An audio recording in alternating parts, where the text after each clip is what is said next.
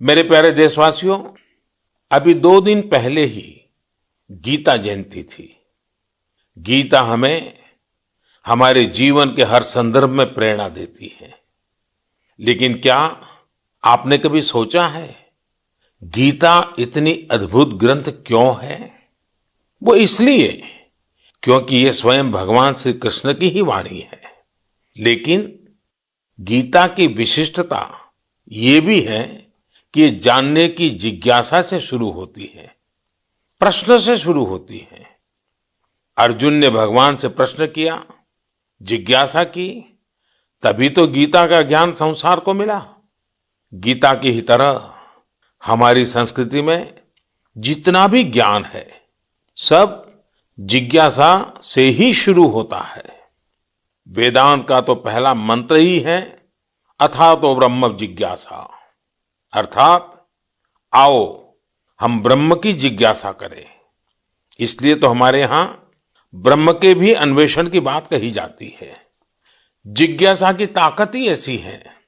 जिज्ञासा आपको लगातार नए के लिए प्रेरित करती है। बचपन में हम इसलिए तो सीखते हैं क्योंकि हमारे अंदर जिज्ञासा होती है। यानी जब तक जिज्ञासा है तब तक जीवन है। जब तक जिज्ञासा है तब तक नया सीखने का क्रम जारी है। इसमें कोई उम्र, कोई परिस्थिति मायने ही नहीं रखती।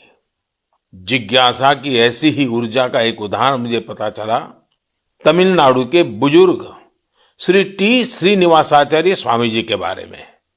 श्री टी श्रीनिवासाचार्य स्वामी जी 92 साल के हैं, 92 इयर्स। वो इस उम्र में भी कंप्यूटर पर अपनी किताब लिख रहे हैं, वो भी खुद ही टाइप करके। आप सोच रहे होंगे कि किताब लिखना तो ठीक है, लेकिन श्रीनिवासाचार्य जी के समय पर तो कंप्यूटर रहा ही नहीं होगा। फिर उन्होंने कंप्यूटर कब सीखा? ये बात सही है कि उनके कॉलेज के समय में कंप्यूटर नहीं था, लेकिन उनके मन में जिज्ञासा और आत्मविश्वास अभी भी उतना ही है जितना अपनी युवावस्था में था। दरअसल श्रीनिवासाचार्य स्वामी जी संस्कृत और तमिल के विद्वान हैं। वो अब तक करीब 16 आध्यात्मिक ग्रंथ भी लिख चुके हैं।